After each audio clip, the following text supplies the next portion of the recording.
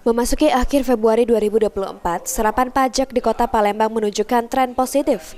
Dikatakan Kepala Bapenda Kota Palembang, Herli Kurniawan, perolehan pajak hingga 26 Februari 2024 ini terbilang baik.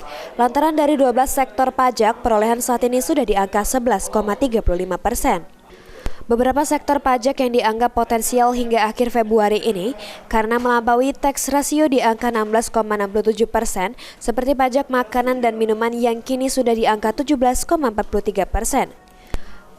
PBJT atas tenaga listrik dari sumber PLN di angka 17,96%, pajak hotel di angka 19,81%, pajak parkir di angka 37,97%, dan pajak hiburan di angka 18,84%.